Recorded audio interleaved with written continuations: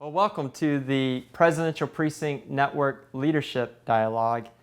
What an honor it is today to be joined by the Honorable Ralph Gonsalves, Prime Minister for St. Vincent and the Grenadines.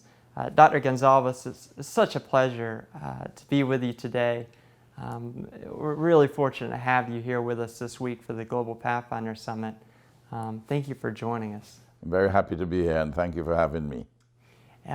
Well, as you know, Dr. Gonsalves, the Presidential Precinct Network invests in emerging leaders around the world who have a bold vision to improve our world. And today we're joined by leaders from around 150 countries in our network that are all leaders, whether in the civic space or in the political sphere as you, many attorneys that are working on constitutional issues, working on a wider range of issues in their countries. And one theme that really unites all these young people is that they're waking up every day passionately about ways that they can improve their societies and their countries and give a brighter future for the next generation, which I think aligns very well with you and your journey. And one of the big goals for our conversation this morning is just to get a better understanding about your leadership journey and what inspired you to get in the public space, coming from a background of being an attorney and then really thinking about ways to move St. Vincent and the Grenadines forward.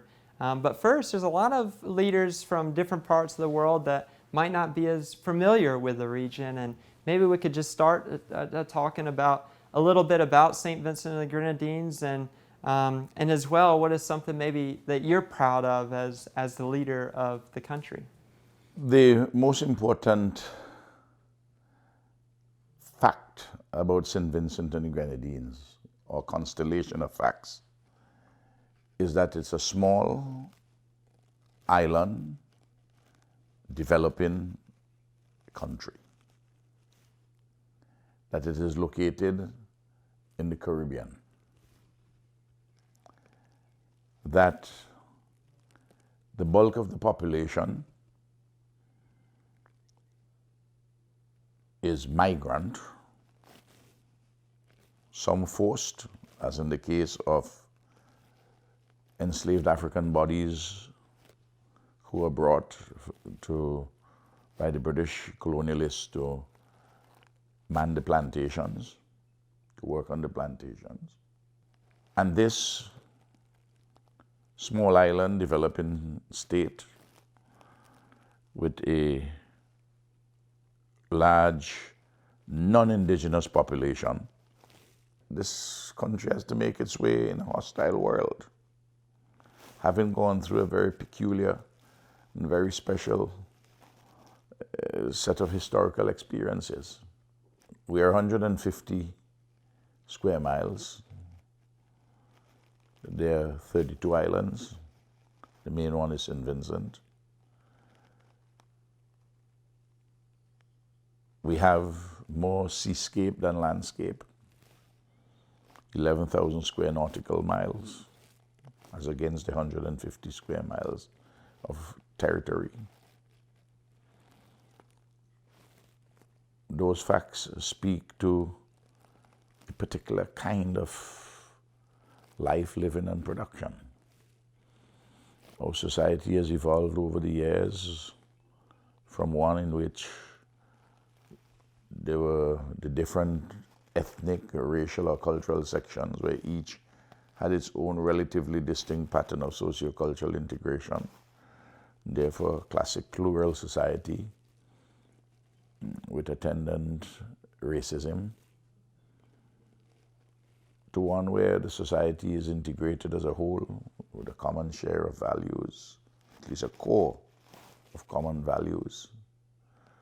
And we have moved from the experience of unrepresentative colonialism to a modern representative democracy, in which the peoples we have fashioned for ourselves a remarkable component of a Caribbean civilization in this situation with agriculture and fisheries and with information technology and banking and services like tourism and how we do so in a world which is unfair to small island states, and one in which not only the trading relationships are skewed, the banking relationships, and an existential question of the adverse effects of climate change, matter in which we have very little, we make very little contribution, in the sense of we don't have a lot of propulsion of greenhouse gases, but yet we are in the front line of the devastation of the hurricanes and the storms and so on and so forth. And the sea defenses we have to put up, and the river defenses, and most unusual alterations in the climatic systems, where in fact not only they're unusual, they're unprecedented, the changes, and consequently urgent. You do things which work, and experiences tell you which are the things which work properly, optimally in such a context. And in a way, the development is sui generis. It's of its own special, unique kind because of the circumstances. And in that context, men and women make history, and leaders make history, but only to the extent that the circumstances of history permit them so to make. And the individual leader's skills and attributes, they're very important, but at the end of the day, you're constrained or facilitated by the nature of the very environment in which you find yourself. Well, at a very early age, you were a successful attorney, and shifted your life into a life of public service. Was there a moment in time or an event that moved you into that direction, and what really inspired you to go into public service? What happened is this: one's upbringing, one's socialization contributes immensely to what one does in life. In a way, though we are free agents, we are, to a large degree, prisoners of our circumstances. I grew up in a rural area in St. Vincent and the Grenadines. I grew up in an epoch of very limited educational opportunities. So it's not only those who are fairly smart, but those who are very lucky to get the breaks, because there was not universal primary education, there was not universal secondary education. I mean, when I went to secondary school in January 1959, there was only one single school for boys, secondary school for boys, about 250 students. It was set up over half a century before to train the sons of the planter commercial elite and those of colonial public servants to take charge of the colonial system. And my father left school when he was 10, 11 years old in the primary school to go and work in an estate. My mom finished primary school but didn't go to secondary school. But my mom, who saw education as very important, would have been the driver. And you grow up and you see the nature of this colonial society, you see plantation society, you see poverty and hardship, and there are things that are shaped in your mind. You're not so clear as yet as to how all these things hang together, but you know that what's happening is wrong and that something should be done about it. But you're also seeking to advance your own personal well-being, and your family is interested in you getting along a path to make something of yourself, so to speak. Normal ambition of individuals and their families. And a number of things just simply coalesce. So that's how it came about. I mean, that's a short story. There have been lots and lots of struggles. I mean, in the early period, just to get off the ground. And because I'm anti-colonialist and anti-imperialist, there were forces which were arraigned against me and persons of my generation who were seeking to break the old mold of leadership and come with a different perspective as to how we should embark on a genuine sustainable development.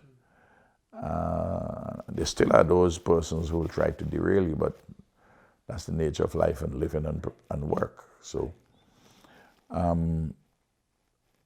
over the time, I developed a strong Caribbean consciousness. So regional integration is very important to my political praxis, and unity of peoples.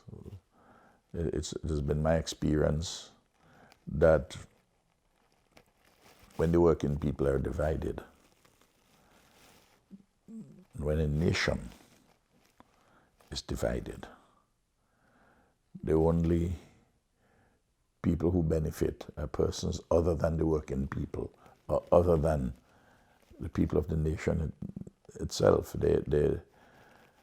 Of course, this doesn't mean that unity demands unanimity of views. We have a very robust competitive democracy, and our parliament can be very rambunctious, and our people are very cognizant of their rights and their liberties. But because there's a core of values upon which we are all agreed, that core constitutes that core of values constitutes the bedrock in going forward, despite the differences which exist on this or that philosophical or programmatic platform. A lot of our leaders that we support around the world are currently either working in the civic space, or some are looking to get into public service either now or in the next few years. Do you have any advice for these leaders who are looking to shift from their current role, in the way that they're moving their communities forward, to getting into a life of public service? I think that one of the most important,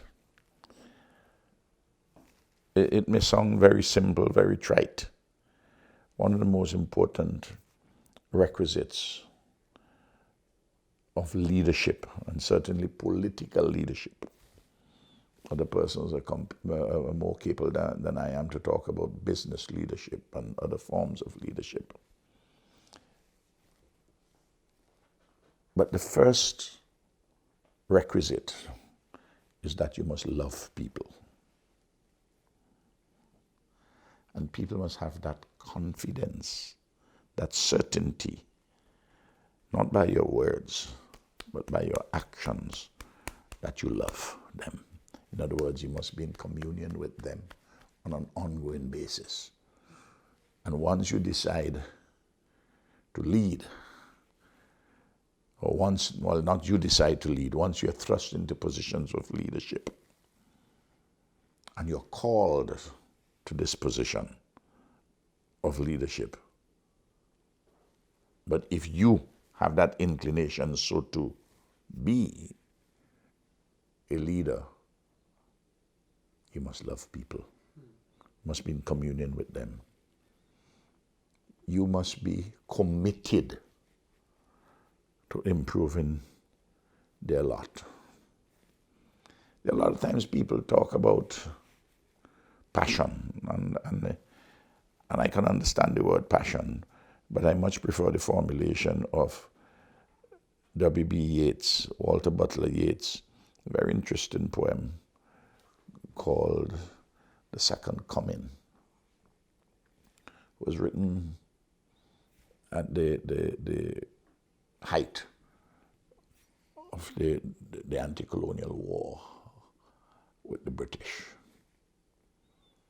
And Yeats says, the best of all lack conviction, and the worst are full of passionate intensity. So you must have a conviction, a commitment to people's development, to people's upliftment. It's very important. And never at all take people for granted. And be always willing to learn from them and know that they have a lot to teach you, that their folk wisdom is very rich.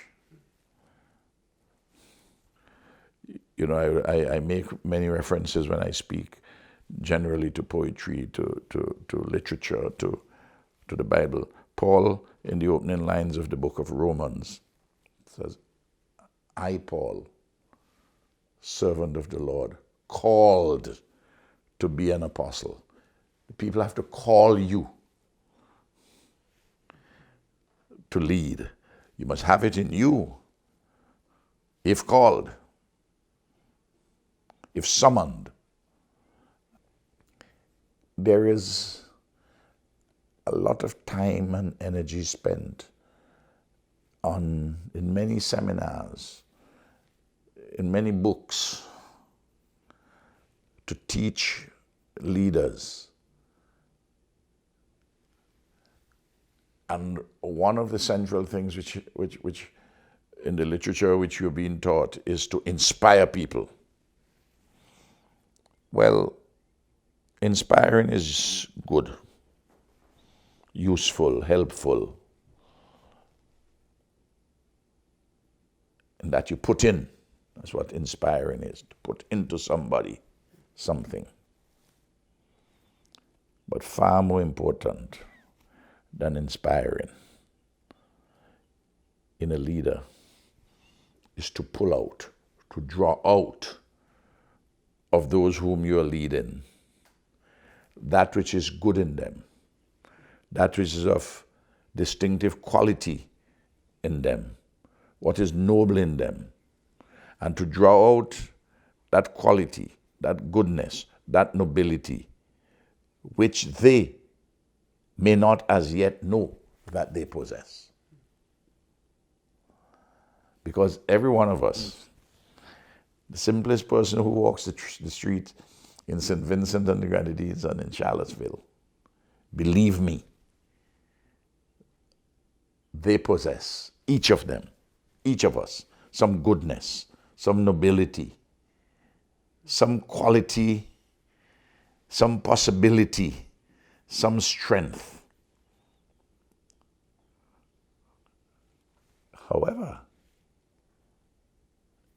just you inspiring them doesn't necessarily draw out that quality, that goodness, that strength, that possibility, that nobility. And very often, people whom you're leading do not as yet realize the extent of their possibilities, their strengths, their goodness, their nobility. And if somehow, in your assessment of the people, that you look at their strengths and possibilities.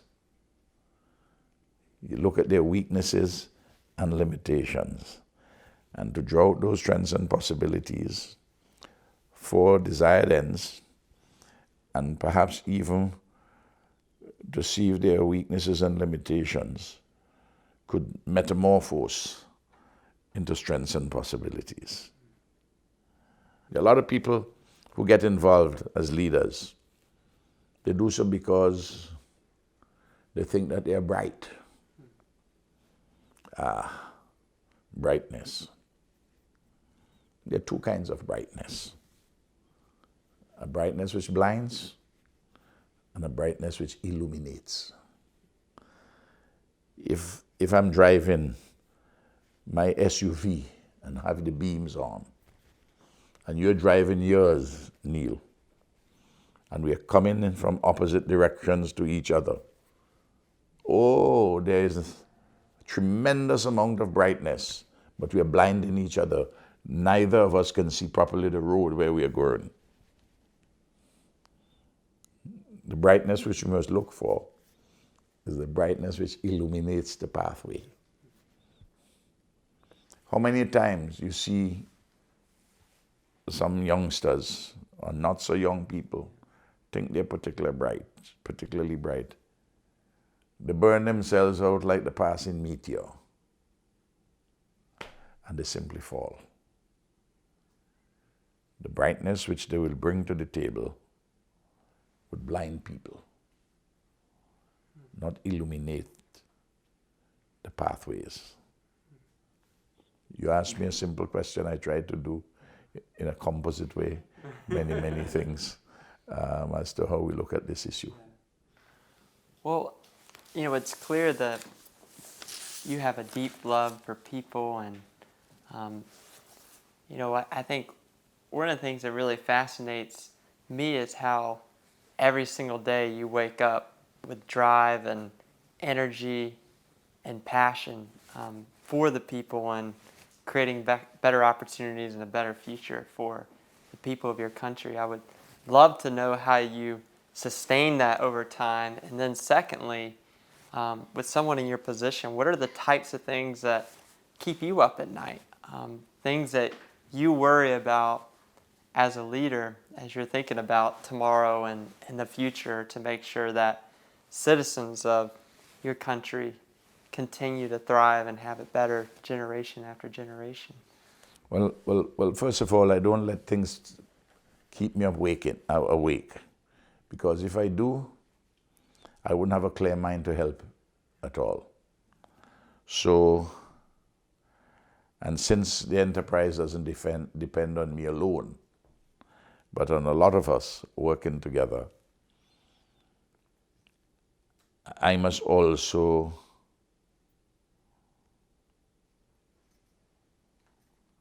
keep my head in a situation where I'm clear as to where I want us to go.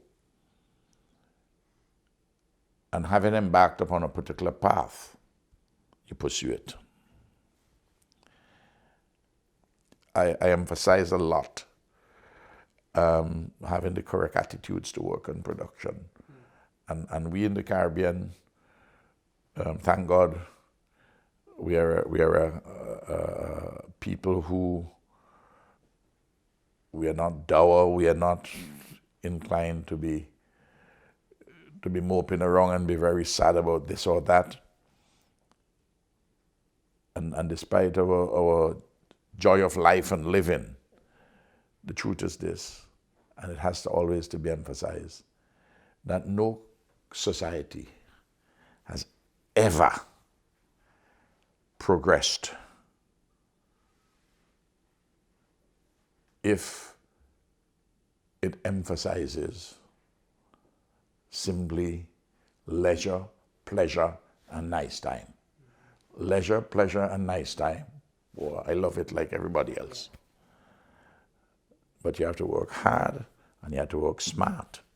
And what is important is for the fruits of the labor to be distributed in the society in a manner which is considered just in all the circumstances, not to take away individual initiative and the rewards for individual initiative, but yet at the same time to have us in the society live a life of relative equity and emphasize not leisure, not pleasure, not nice time. Because there are a lot of societies which get wrapped up with leisure, pleasure, nice time to the point of being hedonistic. Well, Rome went that way. And others have gone and will go that way. And that's why countries and empires rise and fall. For leaders, I come back to where I started. Look, love, humility, caring, clarity of thought, always be in communion with people, and know that this doesn't depend just upon you. And always to recognize that men and women make history, but only to the extent that the circumstances of history permit them so to make. I mean, look, the cerebral conceptual man, maybe 70,000 years old, whereas human civilization, billions, or at least on the earth, of course, billions of years. When you think of the largeness of this and the short period of time that we human beings have been able to think critically, think conceptually, and the journey which we have traveled, it both presages great promise for the future, yet at the same time would tell us that to arrive at this point, before we even begin to think in some real critical conceptual way, there was a long time before that when we were just trying to get by.